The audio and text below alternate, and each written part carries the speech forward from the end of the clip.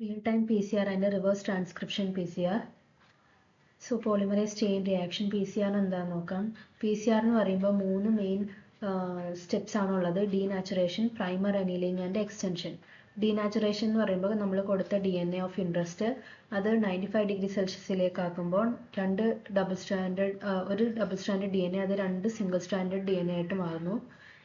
55 degree സെൽഷ്യസിലേക്ക് temperature കുറയ്ക്കുമ്പോൾ അതിനകത്ത് primer വന്ന് അനീൽ ചെയ്യുന്നുണ്ട്.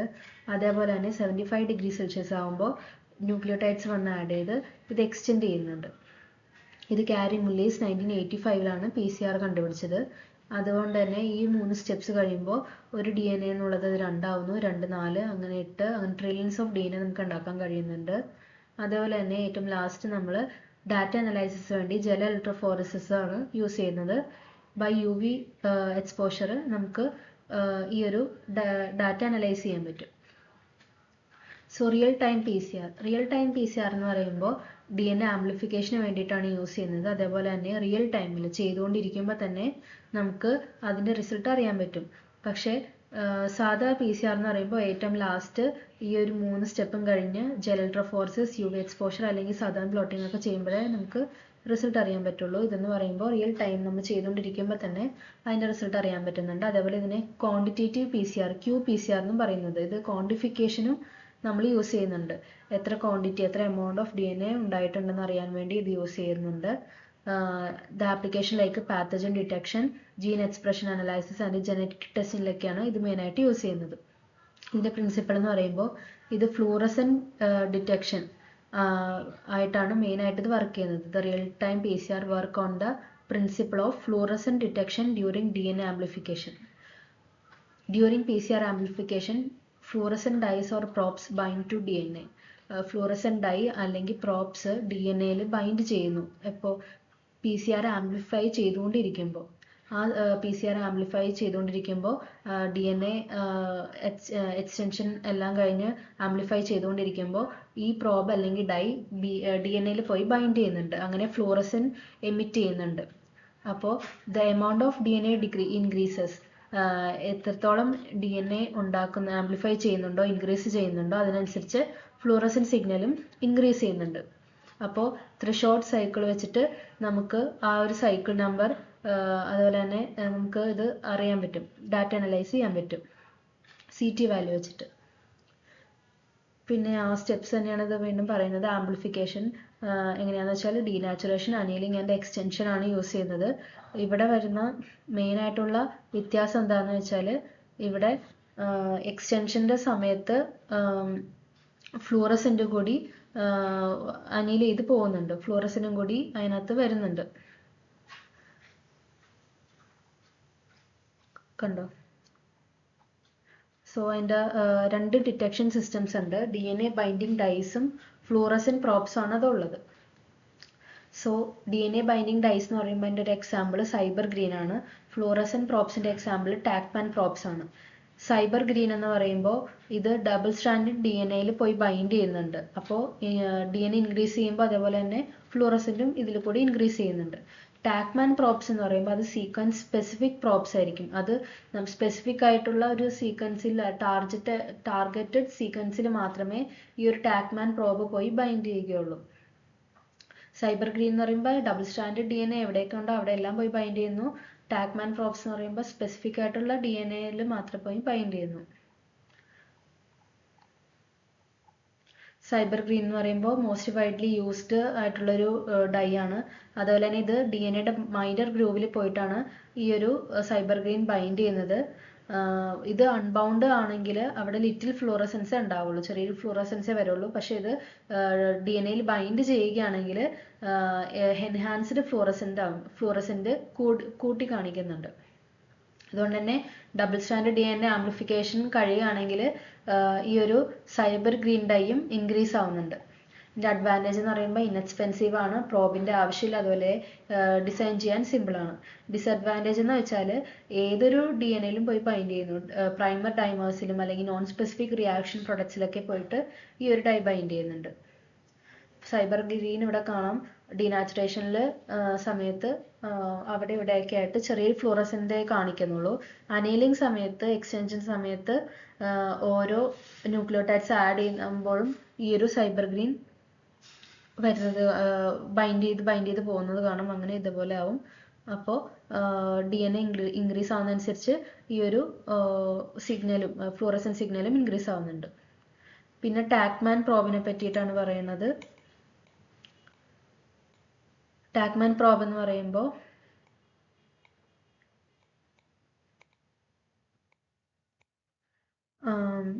ഡ്യുവൽ ലേബിൾഡ് പ്രോബ്സ് എന്നും പറയുന്നു. 5' ന്യൂക്ലിയസ് പ്രോബ്സ് എന്നും ഇതിനെ പറയുന്നുണ്ട്. ഇതെന്ന് പറയുമ്പോൾ ഒരു സ്പെഷ്യലൈസ്ഡ് ഒളിഗോ ന്യൂക്ലിയോടൈഡ് ആണ്. റിയൽ ടൈം PCR-ലാണ് ഇത് മെയിനായിട്ട് യൂസ് ചെയ്യുന്നത്. ഇതെന്ന് പറയുമ്പോൾ 5' എൻഡിൽ ഫ്ലൂറസെന്റ് റിപ്പോർട്ട്. ടാക്മാൻ പ്രോബിന് 2 എലമെന്റ്സ് ഉണ്ട്. ഒന്ന് ഫ്ലൂറസെന്റ് റിപ്പോർട്ടറും അതുപോലെ തന്നെ ക്വഞ്ചർ എലമെന്റ് എന്ന് പറഞ്ഞിട്ട്. ഫ്ലൂറസെന്റ് റിപ്പോർട്ടർ എന്ന് പറയുമ്പോൾ 5' എൻഡിൽ പോയാണ് ബൈൻഡ് ചെയ്യുന്നത്. ഇതാണ് റിപ്പോർട്ടർ, ഇതാണ് ക്വഞ്ചർ.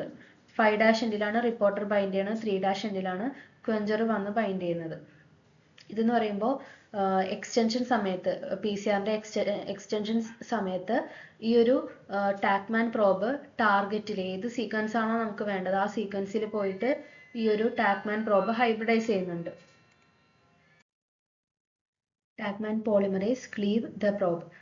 അപ്പോൾ ഈ ഒരു ടാക്മാൻ പ്രോബ് വന്ന് ആ ഒരു ടാർഗറ്റ് സീക്വൻസിൽ വന്ന് ബൈൻഡ് ചെയ്യുന്നു. അതിന് ടാക് പോളിമറേസ് വന്നിട്ട് ആ ഒരു പ്രോബിനെ ക്ലീവ് ചെയ്യുന്നുണ്ട്. അപ്പോൾ ആ 2 ഡൈയും ക്വഞ്ചറും റിപ്പോർട്ടർ ഡൈയും തമ്മിൽ സെപ്പറേറ്റ് ആവുന്നുണ്ട്. Which release a fluorescent signal dictated by thermal cycle. അപ്പോൾ ഈ ഒരു സെപ്പറേഷൻ ആണ് ഇവിടെ ഫ്ലൂറസെന്റ് സിഗ്നൽ ഉണ്ടാവാൻ കാരണം. അത് ഡിറ്റക്ട് ചെയ്യുന്നത് തെർമൽ സൈക്കിളാണ്. നമുക്കിവിടെ നോക്കാം. ഇതാണ് റിപ്പോർട്ടർ, ഇതാണ് ക്വഞ്ചർ. ഇതാണ് നമുക്ക് സ്പെസിഫിക് ആയിട്ടുള്ള ആ ഒരു DNA സീക്വൻസ്. അതിൽ പോയിട്ട് രണ്ടുപേരും ബൈൻഡ് ചെയ്യുന്നുണ്ട്. അത് കഴിഞ്ഞ് ടാക്മാൻ പ്രോബ് ഒന്ന് ബൈൻഡ് ചെയ്ത് എക്സ്റ്റൻഷൻ നടക്കുമ്പോൾ ടാക് പോളിമറേസ് വന്നിട്ട് ഇവിടെ സെപ്പറേറ്റ് ക്ലീവ് ചെയ്യുന്നുണ്ട് ഈ 2 എണ്ണത്തിനെയും. അപ്പോൾ ഈ ക്ലീവ് ചെയ്യുമ്പോൾ ഇത്ര നേരം ഫ്ലൂറസെന്റ് ഇല്ലാത്തിരുന്ന ഈ ഒരു റിപ്പോർട്ടർ ഇതിപ്പോൾ ഫ്ലൂറസെന്റ് കാണിക്കുന്നുണ്ട്. ക്ലീവ് ചെയ്യുമ്പോൾ മാത്രമേ ഇവിടെ ഫ്ലൂറസെൻസ് കാണിക്കുള്ളൂ. ഈ ഫ്ലൂറസെന്റ് ആണ് ഈ ഒരു തെർമൽ സൈക്ലർ ഡിക്റ്റേറ്റ് ചെയ്യുന്നത്. അപ്പോൾ എമൗണ്ട് ഓഫ് DNA ഇൻക്രീസ് ആവുന്നതനുസരിച്ച് ആ ഒരു പ്രോബും ഫ്ലൂറസെന്റ് സിഗ്നൽ കാണിക്കുന്നുണ്ട്. പ്രോബ് ഇൻടാക്റ്റ് ആയിട്ടിരുന്നാൽ, ആ പ്രോബ് അങ്ങനെ തന്നെ റിപ്പോർട്ടറും ക്വഞ്ചറും രണ്ടും ക്ലീവ് ചെയ്യാതിരുന്നാൽ എന്താ സംഭവിക്കുന്നതെന്ന് വെച്ചാൽ the quencher absorb the energy from the reporter via forced resonance energy transfer, FRET. forced resonance energy transfer എന്ന മെക്കാനിസം വഴി ഈ ഒരു ക്വെഞ്ചർ റിപ്പോർട്ടർ ആ ഒരു എലമെന്റിന്റെ എനർജി, ഈ ഒരു ക്വെഞ്ചർ ഈ റിപ്പോർട്ടറിന്റെ energy Forster resonance energy transfer വഴി എടുക്കാൻ ചാൻസ് ഉണ്ട്, എടുക്കും. അപ്പോൾ ഈ ഒരു ഫ്ലൂറസെന്റ് അവര് എമിറ്റ് ചെയ്യില്ല. അതുകൊണ്ടാണ് ഇവിടെ ക്ലീവ് ചെയ്യുന്നത് ഇവര്. ക്വെഞ്ചറിന്റെ എക്സാമ്പിളാണ് ഈ കാണിക്കുന്നത്. പിന്നെ മെത്തഡോളജി എന്ന് പറയുമ്പോൾ സാമ്പിൾ പ്രിപ്പറേഷൻ. DNA അല്ലെങ്കിൽ RNA എക്സ്ട്രാക്ട് ചെയ്യുന്നുണ്ട്. RNA ആണെങ്കിൽ അവിടെ റിവേഴ്സ് ട്രാൻസ്ക്രിപ്ഷൻ വഴി cDNA preparation of PCR reaction മിക്സ്ചറിൽ.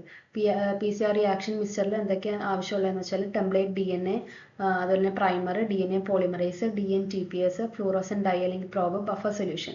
സാധാരണ PCR ഇതെല്ലാം യൂസ് ചെയ്യുന്നുണ്ട്. ഫ്ലൂറസെന്റ് ഡൈ അല്ലെങ്കിൽ പ്രോബ് ഒഴിച്ച് ബാക്കിയെല്ലാം ഇത് യൂസ് ചെയ്യുന്നുണ്ട്. ഈ ഒരു qPCR മാത്രം ഫ്ലൂറസെന്റ് ഡൈ അല്ലെങ്കിൽ പ്രോബാണ് യൂസ് ചെയ്യുന്നത്. അത് കഴിഞ്ഞ് ആംപ്ലിഫിക്കേഷൻ ചെയ്യുന്നു. ഡാറ്റ അനലൈസിസ് ചെയ്യാൻ വേണ്ടി CT വാല്യൂ നോക്കുന്നുണ്ട്, കാൽക്കുലേറ്റ് ചെയ്യുന്നുണ്ട്. DNA-യുടെ ക്വാണ്ടിറ്റി അറിയാൻ വേണ്ടിയിട്ടാണ് CT വാല്യൂ നോക്കുന്നത്. ആപ്ലിക്കേഷൻ എന്ന് പറയുമ്പോൾ ജീൻ എക്സ്പ്രഷൻ അനലൈസിസ്, അതേപോലെ തന്നെ വൈറൽ ആൻഡ് ബാക്ടീരിയൽ പാത്തോജൻസിന്റെ ഡിറ്റക്ഷൻ, ക്യാൻസർ റിസർച്ചിൽ, മ്യൂട്ടേഷൻ, ഫോറൻസിക് സയൻസിൽ, പിന്നെ DNA അല്ലെങ്കിൽ RNA-യുടെ ക്വാണ്ടിഫിക്കേഷൻ ഒക്കെ ഈ ഒരു റിയൽ ടൈം PCR യൂസ് ചെയ്യുന്നുണ്ട്. അഡ്വാൻറ്റേജ് എന്ന് പറയുമ്പോൾ ഇത് ഹൈലി സെൻസിറ്റീവ് ആയിരിക്കും, അതുപോലെ സ്പെസിഫിക്കും ആയിരിക്കും. ക്വാണ്ടിറ്റേറ്റീവ് അനലൈസിങ് യൂസ് ചെയ്യുന്നത് റാപ്പിഡ് റിസൾട്ട് കിട്ടുന്നുണ്ട്, പെട്ടെന്ന് റിസൾട്ട് കിട്ടുന്നത്. അതുപോലെ തന്നെ കണ്ടാമിനേഷൻ കുറവായിരിക്കും. Real time monitoring of amplification, പെട്ടെന്ന് തന്നെ നമുക്ക് റിയൽ ടൈമിൽ തന്നെ നമുക്ക് ആ ഒരു ആംപ്ലിഫിക്കേഷൻ്റെ റിസൾട്ട് നമുക്ക് കാണാൻ പറ്റും. ഡിസഡ്വാൻറ്റേജ് എന്ന് പറയുമ്പോൾ ഇത് എക്സ്പെൻസീവ് എക്യുപ്മെന്റ് അല്ലെങ്കിൽ റിയേജൻസ് എക്സ്പെൻസീവ് ആയിരിക്കും. അതുപോലെ തന്നെ സ്കിൽഡ് ടെക്നീഷ്യൻ ഇതൊരു ചെയ്യാൻ വേണ്ടിയിട്ട് വേണം. അതുപോലെ തന്നെ ഈ പ്രൈമറും പ്രോബും കുറച്ച് കോംപ്ലക്സ് ഉള്ള ഒരു ഒരു മെത്തേഡാണ് അത് ചെയ്യാനായിട്ട്. നോൺ സ്പെസിഫിക് പ്രൊഡക്ട്സിൽ ചിലപ്പോൾ ഫ്ലൂറസെന്റ് ഡൈസ് പോയി ബൈൻഡ് ചെയ്തേക്കാം. പിന്നെ PCR-ന്റെയും qPCR-ന്റെയും ഡിഫറൻസ് ആണ് ഇവിടെ പറഞ്ഞിരിക്കുന്നത്.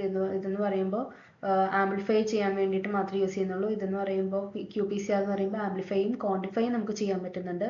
സാധാ PCR-ന് അഗാരോസ് ജെൽ ഇലക്ട്രോഫോറസിസ് വേണം ഏറ്റവും ലാസ്റ്റ് കംപ്ലീഷൻ ചെയ്യാനായിട്ട്. qPCR എന്ന് പറയുമ്പോൾ ഇത് ഫ്ലൂറസെന്റ് ആയി ചെയ്തുകൊണ്ടിരിക്കുമ്പോൾ തന്നെ നമുക്ക് ആ ഒരു റിസൾട്ട് തരുന്നുണ്ട്. ഇത് സാധാ PCR ക്വാളിറ്റേറ്റീവ് ആണെങ്കിൽ qPCR ക്വാണ്ടിറ്റേറ്റീവ് ആണ്.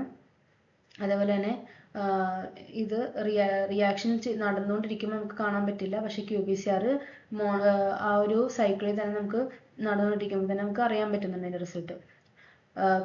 സാധാ PCR-ന് ഫ്ലൂറസെന്റ് ഡൈ അല്ലെങ്കിൽ പ്രോബ്സിന് ആവശ്യമില്ല. പക്ഷെ qPCR-ന് അതിന്റെ ആവശ്യമുണ്ട്.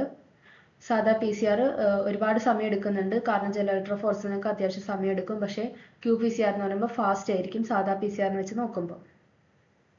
അതുപോലെ തന്നെ സാധാ PCR-ന് തെർമൽ സൈക്ലറാണ് യൂസ് ചെയ്യുന്നത്.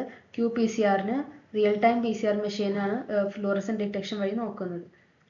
RT-PCR അല്ലെങ്കിൽ റിവേഴ്സ് ട്രാൻസ്ക്രിപ്ഷൻ PCR.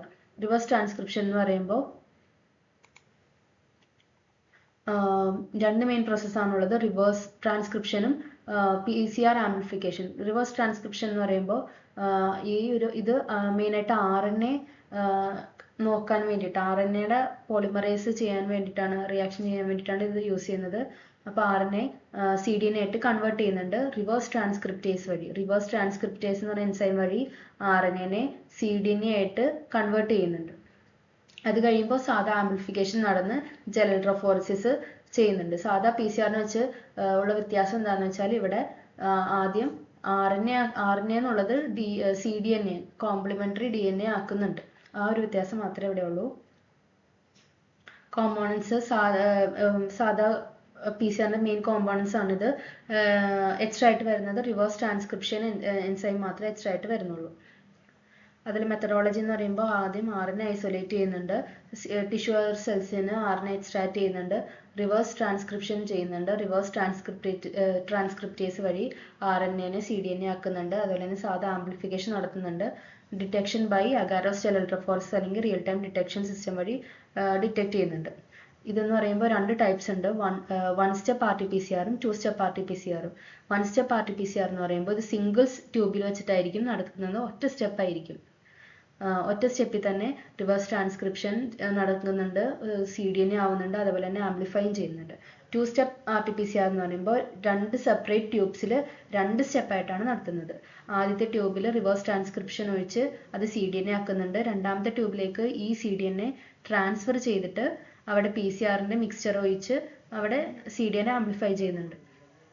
ഇവിടെ നമുക്ക് കാണാം ആദ്യത്തെ DNA എന്ന് പറയുമ്പോൾ DNTPS, reverse transcription, DNA polymerase എല്ലാം ഇട്ടിട്ട് റിവേഴ്സ് ട്രാൻസ്ക്രിപ്ഷനും PCR ഒരുമിച്ച് ചെയ്ത് അവിടെ cDNA ആംപ്ലിഫൈ ചെയ്ത് കിട്ടുന്നുണ്ട്. രണ്ടാമത്തെ 2 സ്റ്റെപ്പ് RT-PCR എന്ന് പറയുമ്പോൾ ഇവിടെ ആദ്യം ഒരു RNA റിവേഴ്സ് ട്രാൻസ്ക്രിപ്റ്റേസ് വഴി cDNA ആക്കുന്നുണ്ട്. അപ്പോൾ cDNA ആവാനുള്ള ആ ഒരു ന്യൂക്ലിയോടൈഡ്സും പ്രൈമേഴ്സ് ആഡ് ചെയ്യുന്നുണ്ട്. അത് കഴിഞ്ഞ് റിവേഴ്സ് ട്രാൻസ്ക്രിപ്ഷൻ ചെയ്ത് കഴിയുമ്പോൾ cDNA ഈ ചെയ്ത് കിട്ടിയ cDNA-യിലേക്ക് DNA പോളിമറൈസും ആ ഒരു പ്രൈമേഴ്സും DNTPS ആഡ് ചെയ്ത് PCR ചെയ്യുമ്പോൾ അങ്ങനെ ആംപ്ലിഫൈഡ് cDNA കിട്ടുന്നുണ്ട്. ഇതിന്റെ ആപ്ലിക്കേഷൻ എന്ന് പറയുമ്പോൾ RNA virus, HIV, SARS, influenza, അതുപോലെ തന്നെ COVID-19 RNA ആയിരുന്നു മെയിനായിട്ട്. RT-PCR ആണ് യൂസ് ചെയ്തുകൊണ്ടിരുന്നത് വെച്ചത്, കാരണം RNA ആയിരുന്നു. RNA cDNA ആക്കിയിട്ടാണ് ആംപ്ലിഫൈ ചെയ്ത് കണ്ടുപിടിച്ചുകൊണ്ടിരുന്നത് വെച്ചത്. ജീൻ എക്സ്പ്രഷൻ അനലൈസിസ് യൂസ് ചെയ്യുന്നുണ്ട്, അതുപോലെ തന്നെ ഇൻഫെക്ഷ്യസ് ഡിസീസസ് ഡയഗ്നോസ് ചെയ്യാൻ വേണ്ടി യൂസ് ചെയ്യുന്നുണ്ട്. ക്യാൻസർ റിസർച്ചിലും ജനറ്റിക് മ്യൂട്ടേഷൻ, മോളിക്കുലർ ബയോളജി, അതുപോലെ തന്നെ യൂക്കാരിയോട്ട് ജീൻ പ്രോകാരിയോട്ടിലേക്ക് ഇൻസേർട്ട് ചെയ്യാൻ വേണ്ടിയിട്ട് ജീൻ ഇൻസേർഷൻ വേണ്ടി യൂസ് ചെയ്യുന്നുണ്ട്. അതുപോലെ തന്നെ ജനറ്റിക് ഡയഗ്നോസിസ് ഒക്കെ നോക്കുന്നുണ്ട്. ഇതെന്ന് പറയുമ്പോൾ ഹൈലി സെൻസിറ്റീവും സ്പെസിഫിക്കും ആയിരിക്കും. അതുപോലെ തന്നെ സ്മോൾ എമൗണ്ട് ഓഫ് RNA-നെ ഡിറ്റക്ട് ചെയ്യാൻ പറ്റുന്നുണ്ട്. റാപ്പിഡും ആക്യുറേറ്റ് ആയിരിക്കും ഈ ഒരു ടെക്നിക്ക്. പിന്നെ ഡിസഡ്വാൻറ്റേജ് എന്ന് പറയുമ്പോൾ അൺസ്റ്റേബിൾ ആയിരിക്കാം, അതുപോലെ തന്നെ ഈസിലി ഡീഗ്രേഡഡ് ആയിരിക്കാം. കെയർഫുൾ ആയിട്ടുള്ള ഹാൻഡ്ലിംഗ് വേണം, അതുപോലെ തന്നെ കണ്ടാമിനേഷൻ റിസ്ക് കൂടുതലാണ് ഇതിന്. ഇത് സ്കിൽഡ് ആയിട്ടുള്ള പേഴ്സൺസ് വേണം, റിയേജൻസും എക്യുപ്മെൻറ്റ്സും അത്യാവശ്യം കോസ്റ്റ്ലിയാണ്. Thank you.